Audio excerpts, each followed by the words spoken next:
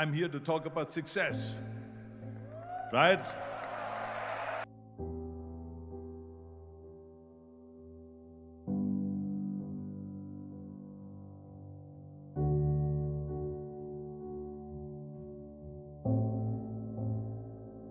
The first rule of success is to have a vision. You see, if you don't have a vision of where you go, and if you don't have a goal where you go, you drift around and you never end up anywhere. It's like you can have the best ship in the world, you can have the best airplane in the world. If the pilot or the captain doesn't know where to go, it would just drift around. It would not end up anywhere, or most likely in the wrong place. So I was very fortunate that I stumbled onto my vision. I mean, as you know, I was born in 1947 in Austria after the Second World War. And I didn't really like Austria when I grew up. I couldn't wait to get out of there.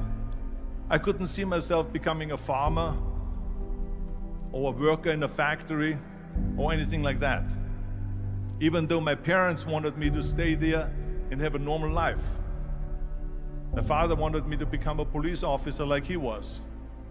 My mother wanted me just to stay there and marry a girl with the name of Heidi, hopefully, and have a bunch of kids and run around like the Van Trapp family in The Sound of Music. But that was their vision, not mine. My vision was totally different. I felt that I was born for something special, for something unique, for something big. You know how great it felt that I knew where I was going? Imagine the majority of people don't know where they're going. When you have a goal, when you have a vision, everything becomes easy. Because remember that in America, for instance, when you study, you will see the percentage of people that like their jobs. 74% hate their job in America.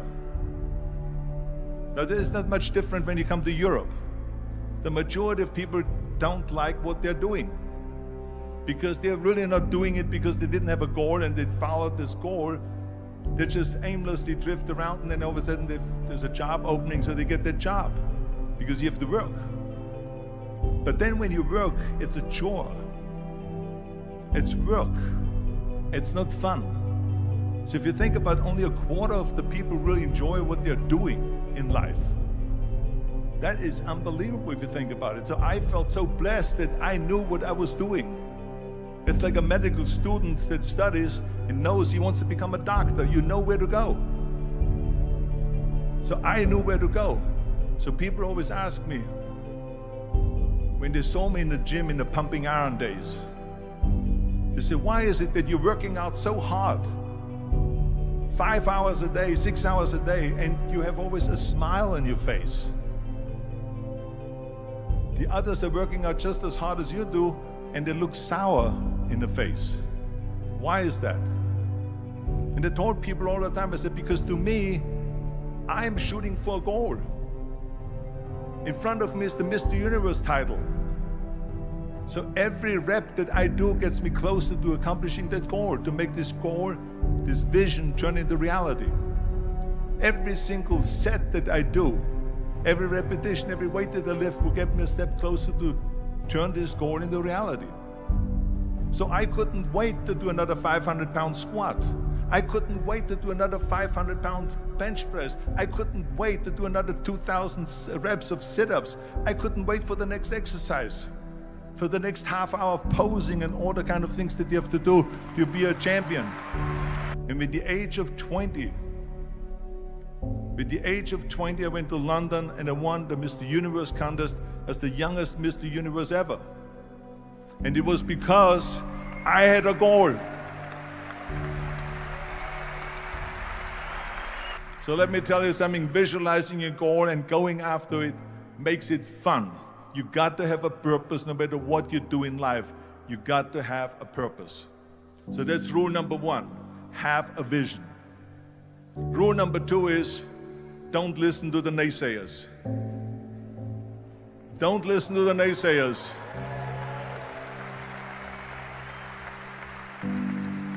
Everything I ever did, the thing that I heard out of people's mouth was, that's impossible.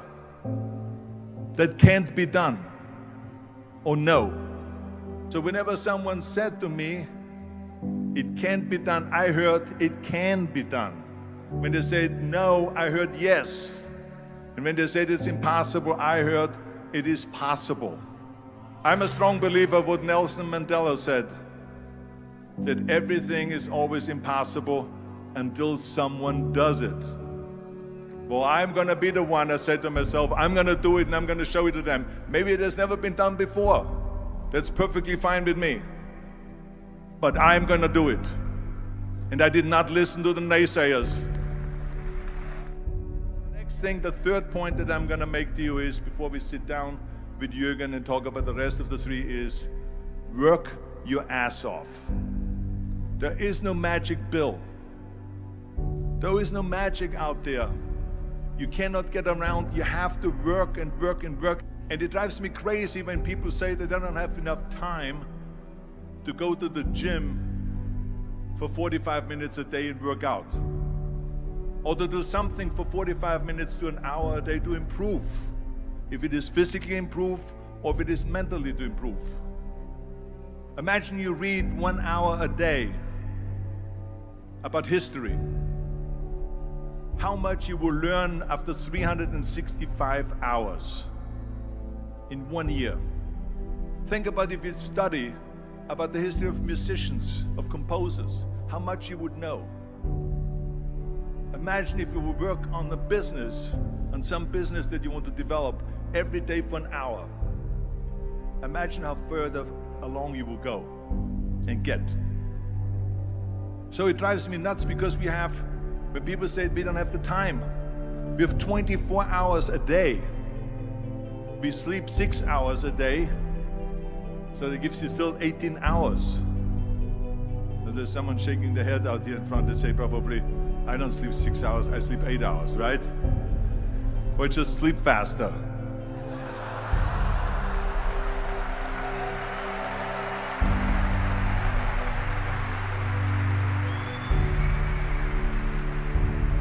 So we have 18 hours a day. The average person works around 8 to 10 hours. So let's assume it's 10 hours, so we have 8 hours left. Then you travel around an hour a day, maybe 2 hours a day. So now you have still 6 hours left. So what do you do with these 6 hours? What do you do with these 6 hours? Then we eat a little bit, then we schmooze a little bit, talk a little bit to people and all that stuff. But you can see how much time there is available if you organize your day. So you got to work hard. I mean, let me tell you something. When I went to America, I went to college. I went and worked out 5 hours a day. And I was working on construction. Because in those days in bodybuilding, there was no money. I didn't have the money for food supplements or anything. So I had to go to work. So I worked on construction. I went to college. I worked out in the gym, and at night, from 8 o'clock at night to 12 midnight, I went to acting class 4 times a week.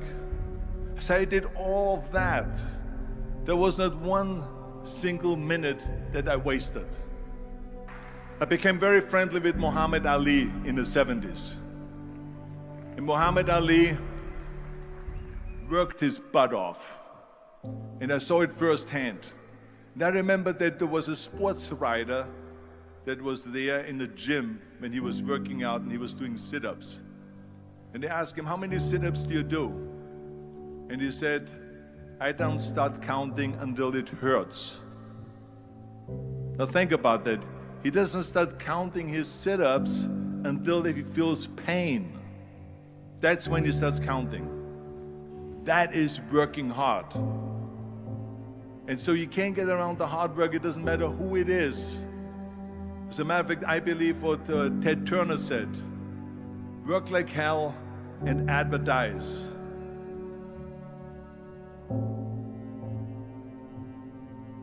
You get it? Work like hell, go to bed, and early to rise, work like hell and advertise. So you work your ass off, and then you let the world know about your work. That's what it is all about. Let people know if you have a company, if you have a movie, if you do a sports. Work your ass off, but then advertise and let everyone know. I hate plan B. And I tell you why. Because we have so many doubters, as I've said earlier, the no-sayers. We have so many of those people that say no and you can't do it, it's impossible. That is okay because we just turn off, as I said earlier, and we listen and we hear the no being a yes. You can't do it, you can do it, and all of that. So that is possible to do that amongst all the negative people around you. But when you start doubting yourself, that's very dangerous. Because now what you're basically saying is that if my plan doesn't work, I have a fallback plan, I have a plan B. And that means that you start thinking about plan B, and every thought that you put into plan B, you're taking away now that thought and that energy from plan A.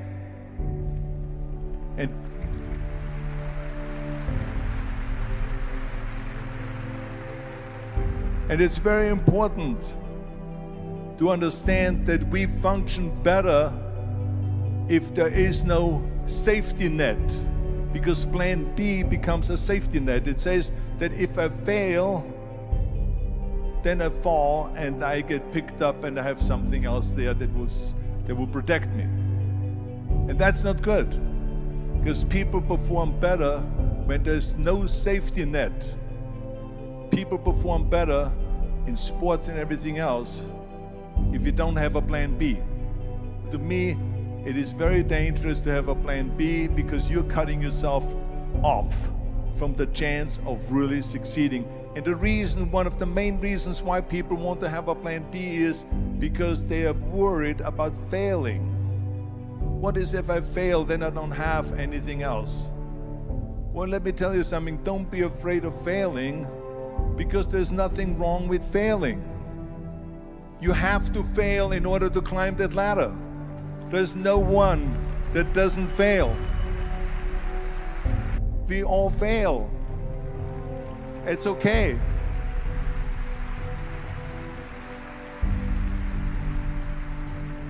What is not okay is that when you fail, you stay down. Whoever stays down is a loser. And winners will fail and get up, fail and get up, fail and get up. You always get up. That is a winner. That is a winner. Hey, we all lose. We all have losses. This is okay. And this is why I say don't be worried about losing, because when you're afraid of losing, then you get frozen. You get stiff. You're not relaxed. You got to be, in order to perform well in anything, if it's in boxing or if it is on your job or with your thinking, is only happening when you relax. So relax. It's okay to fail. Let's just go all out and give it everything that you got. That's what it is all about. So don't be afraid to fail. This is one of my 6 rules to success. You can only feel complete as a person if you think about what can you do for your fellow member around you that maybe needs help. I felt like that. Everyone has a different motivation why you get into that. I was an immigrant going to America, and I saw how America was the most generous country in the world. I mean, they opened up their arms to me, they helped me, they invited me for Thanksgiving dinner. The people, they brought me, the bodybuilders in the gym brought me plates to my apartment because I had no plates, I had no silverware, I had no bedware, I had no pillows, I had no blanket, I had no TV, I had no radio, I had nothing. They brought it to my apartment. They helped me. And I saw that firsthand, this generosity in America. And I said to myself, as an immigrant that is being embraced with open arms, that I need to go and make sure that I give something back.